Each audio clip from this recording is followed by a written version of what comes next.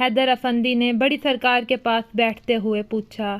سائیں، آپ کو تو پتہ ہے آج کل شکار کا موسم ہے اور وہ کتنا شکار کا دیوانہ ہے۔ راشدہ بیگم نے ڈرائی فروٹس کی ٹوکری حیدر افندی کے آگے کی۔ لگتا ہی نہیں ہے کہ یہ لڑکا آکسفورڈ کا پڑھا ہوا ہے۔ حیدر افندی نے افسوس سے سر ہلایا۔ حیدر، اس میں افسوس والی کیا بات ہے؟ اس کا دادا بھی شکار کا شوقین تھا اور وہ اپنے دادا پر گیا ہے، بہادر دادا کا بہادر پوتا۔ بڑی سرکار نے گردن اکڑاتے ہوئے فخر سے کہا۔ اماں، آپ کی بات بجا ہے، لیکن ابھی حیدر افندی نے اتنا ہی کہا تھا کہ بڑی سرکار نے ہاتھ کے اشارے سے انہیں مزید بولنے سے منع کیا۔ تم چاہتے ہو کہ میرا پوتا تمہارے اس شہری چوزے کی طرح ماں کا پلو پکڑ کر چلے؟ پتہ نہیں تمہارا ہے بھی کہ نہیں۔ بڑی سرکار کے لہجے میں حقارت تھی۔ کتنی بار کہا ہے یہ جملہ نہ بولا کریں، میرے خون کو گالی مت دیا کریں۔ آپ کے کہنے پر چھوڑ تو دیا ہے، اب میرا جینا حرام تو نہ کریں۔ حیدر افندی غصہ ضبط کرتے باہر کی طرف نکل گئے۔ اگر تجھ میں کوئی خوبی ہوتی تو یوں یہ اس طرح اس بال کٹی مرغی کا غم نہ منا رہا ہوتا۔ میں نے حیدر کو تیرے تک محدود کرنے کے لیے کیا کیا نہیں کیا، مگر تو۔ بڑی سرکار نے افسوس سے راشدہ بیگم کی طرف دیکھا جو سر جھکائے بیٹھی تھی۔ وہ عورت ہی کیا جو اپنے خامد کو قابو نہ کر سکے۔ خاندان میں تیری جیسی دوسری کوئی عورت خوبصورت نہیں ہے، مگر تجھ سے حیدر جیسا سیدھا سادہ انسان قابو نہ ہوا۔ جو عورتیں اپنے خامدوں پر قابو نہیں رکھتی، ان کے شوہر ایسے ہی دوسری خاندانی غیر عورتوں کو لے کر اڑتے ہیں۔ میرا تو کسی بھی صورت اس مرغی کے بچے کو اپنے یوشے کا حق نہیں مارنے دوں گی۔ بڑی سرکار نے راشدہ بیگم کو ہمیشہ کی طرح کوستے ہوئے کہا۔ ابھی تک تو کوئی ایسا پیدا نہیں ہوا جو یوشے حیدر افندی کا حق مار سکے۔ مستقبل کا میں کچھ کہہ نہیں سکتا۔ یوشے جو ابھی سٹنگ روم میں داخل ہوا تھا، بڑی سرکار کی بات کا جواب دیتے ہوئے ان کے ہاتھ چومنے لگا۔ میرا شہزادہ، بالکل میرا شیر ہے تو۔ یوشے کو دیکھتے ہی بڑی سرکار کی آنکھوں میں ایک عجیب سی چمک ابھری تھی جو راشدہ بیگم کو بالکل پسند نہیں آئی تھی، کیونکہ بڑی سرکار کی یہی باتیں یوشے میں غرور بھر رہی تھیں۔ مستقبل میں بھی میرے بچے جیسا کوئی نہیں ہوگا، کیونکہ اس دنیا میں ایک ہی ہے یوشے حیدر افندی، افندی خاندان کا اکلوتا چشم و چراغ۔ دادی کی بات پر یوشے نے مسکراتے ہوئے اپنا سر ان کی گود میں رکھا۔ کیا میرا بیٹا بھی نہیں؟ یوشے کے سوال پر بڑی سرکار کھل کر مسکرائیں۔ ہاں، اسے اجازت ہے۔ بڑی سرکار نے محبت سے یوشے کا ماتھا چوما اور اس منظر کو اندر آتی بطول نے ناگواری سے دیکھا۔ تم آج کتنے دنوں بعد ہمیں اپنی شکل دکھا رہے ہو؟ بڑی سرکار نے قدرے غصے سے بطول کی طرف دیکھا جو اب راشدہ بیگم کے برابر بیٹھ چکی تھی۔ سارا دن حویلی میں فارغ ادھر ادھر پھرتی رہتی ہو، بور نہیں ہو جاتی؟ یوشے بھی اسے دیکھتے ہوئے اٹھ بیٹھا، جبکہ بڑی سرکار کو یوں یوشے کا بطول سے بات کرنا سخت ناگوار گزرا۔ کرنے کو کچھ ہے ہی نہیں تو؟ بطول اپنے لیے دادی کی نظروں میں ناپسندیدگی دیکھتے ہوئے بولی۔ تم نے کتنا پڑھا ہے؟ یوشے نے کچھ سوچتے ہوئے پوچھا۔ یہاں گاؤں کے اسکول سے ہی میٹرک پاس کیا ہے۔ پھر بڑی سرکار نے آگے پڑھنے نہیں دیا، جبکہ چاچو حیدر چاہتے تھے کہ میں پڑھوں۔ بطول نے ڈرتے ڈرتے آہستہ آواز میں جواب دیا۔ حیدر کا بس چلے تو اس گاؤں کی تمام لڑکیوں کو اپنی دم کٹی مرغی کی طرح بنا دے۔ بڑی سرکار نے یوشے کا لحاظ کرتے ہوئے اپنا غصہ دبایا۔ راشدہ، تم ذرا کچن میں رات کے کھانے کا انتظام کرو اور بطول کو بھی ساتھ لے جاؤ۔ بڑی سرکار نے منظر سے پوتی اور بہو کو غائب کیا۔ یوشے، جب تجھے پتا ہے کہ بطول تیری بچپن کی منگ ہے تو کیوں اسے اتنا منہ لگاتا ہے؟ مجھے شادی سے پہلے تیرا اس سے یوں مخاطب ہونا بالکل پسند نہیں۔ اگر میرے مرحوم بیٹے کی خواہش نہ ہوتی تو کبھی بھی میں بطول جیسی لڑکی سے تیری شادی نہ کرتی۔ بڑی سرکار کی بات پر یوشے نے اپنے کاندھے پر چادر درست کی اور جیب سے موبائل فون نکال کر استعمال کرنے لگا۔ موبائل فون کب سے بج رہا تھا، مگر وہ کبھی بھی اپنے لیکچر کے دوران کال اٹینڈ نہیں کرتی تھی۔ کلاس سے باہر آتے ہی انہوں نے پرس سے اپنا فون نکالا، مگر مسڈ کال جس نمبر سے آئی تھی وہ ناقابل یقین تھا۔ کچھ دیر فون کو دیکھنے کے بعد انہوں نے اس نمبر پر ایک مس بیل دی، کیونکہ کال کرنے کی اجازت نہ تھی۔ آنکھیں اپنی ناقدری پر ماتم کنا تھیں۔ چھوٹے چھوٹے قدم اٹھاتی وہ کب آفس میں داخل ہوئی انہیں خود بھی اندازہ نہ ہوا۔ ایک بار پھر موبائل کی بلیک سکرین کو دیکھا جو شاید ان کا حال اور مستقبل بیان کر رہا تھا۔ ابھی آنکھیں مایوسی کا لبادہ اوڑھنے ہی لگی تھی کہ ایک بار پھر اسی نام سے سکرین چمک اٹھی۔ جب فاصلے زیادہ ہو جائیں تو اپنی عزیز ترین ہستی سے بھی بات کرتے ہوئے ہچکچاہٹ ہوتی ہے۔ عدن، آج آپ اتنی خاموش کیوں ہیں؟ اتنی چپ کیوں ہیں آپ؟ کیا ہوا ہے؟ پریشان ہیں؟ ایک ہی سانس میں کئی سوال پوچھ ڈالے۔ پہلے مجھے یقین تو کر لینے دیں کہ آج آپ نے پورے 3 مہینے بعد مجھے یاد کیا ہے۔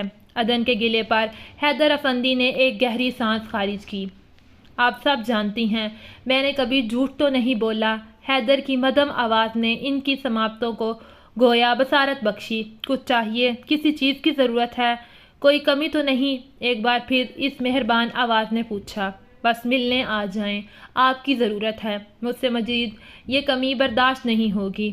عدن، حیدر افندی یہاں ہی بے بس ہو جاتے تھے۔ نہیں آئیں گے، مجھے معلوم ہے، مگر آپ کا بیٹا اب باغی ہو رہا ہے، اس کے لیے ہی آ جائیں۔ ایک آخری کوشش بلانے کی۔ عدن نے دل کو حوصلہ دیا۔ اچھا، پھر بات کروں گا اور آنے کی کوشش بھی، مگر وعدہ نہیں۔ اپنا خیال رکھنا۔ تمہارا تھا اور تمہارا ہی رہوں گا جہاں بھی رہوں۔ حیدر افندی کی آواز اب اسپیکر میں نہیں تھی، مگر عدن اس آخری جملے پر ہی ٹھہر گئی تھی۔ مجھے سمجھ نہیں آ رہی کہ تم کس چکر میں اتنا رو رہی ہو۔ مہم کو مسلسل لوٹتا دیکھ کر حرم کو اب غصہ آنے لگا تھا۔ یار، مس یما نے کمپلین کی ہے، اگر انہوں نے مجھے یونی سے نکال دیا تو۔ مہم نے لال سرخ ناک اور آنکھوں سمیت اسے دیکھا۔ اول تو وہ تمہیں نکال نہیں سکتی کیونکہ تم ایک لائق اسٹوڈنٹ ہو۔ دوم، اگر کچھ بھی ایسا ہوا تو ہم حارث بھائی سے بات کریں گے، وہ سب سنبھال لیں گے، کسی کو کانوں کان خبر نہیں ہوگی۔ حرم نے تسلی دی۔ کیسے کانوں کان خبر نہیں ہوگی؟ میرے ہوتے ہوئے، بلکہ میرے جیتے جی تو یہ ممکن ہی نہیں ہے۔ آکاشا نے بیگ سے چھلانگ لگائی اور دونوں کے سامنے کھڑا ہو گیا۔ دفع ہو جاؤ یہاں سے، کیوں اس کو ڈرا رہے ہو؟ حرم نے اپنی فائل زور سے اسے ماری، مگر وہ بچ کر گھاس پر بیٹھ گیا۔ فائق، اسے سمجھاؤ نا۔ حرم نے فائق کو مدد کے لیے پکارا۔ اسے سمجھانے والا ابھی اس دنیا میں نہیں آیا، اس لیے میری معذرت قبول کریں۔ کچھ دور بیٹھے فائق نے ایک نظر آکاشا کو دیکھتے ہوئے جواب دیا، تمہیں کیا ملے گا اس بیچاری کو پریشان کر کے؟ حرم نے مہم کا چہرہ دیکھتے ہوئے پوچھا۔ مزہ، جب یہ روتی ہے نا، قسم سے مجھے بڑا اچھا لگتا ہے۔ آکاشا کی شرارت کو سمجھتے ہوئے حرم نے سر نفی میں ہلایا۔ میرے ساتھ ساتھ تم بھی یونی سے آؤٹ ہوگے، سمجھے؟ اپنے طور پر مہم نے سوں سوں کرتی دھمکی دی۔ بروقت اطلاع دینے کا شکریہ، مگر مہم عرف مس موصلہ دار، جب تک میری ماں HOD ہیں مجھے کوئی اس یونی سے نکال نہیں سکتا۔ دوسرا، یہ جو اپنا شبو ہے نا، یہ میری ماں پر بری طرح فدا ہے، اکیلے میں مجھے ڈانٹتا ہے، مگر جیسے ہی میری ماں سامنے آتی ہیں فوراً بدل جاتا ہے۔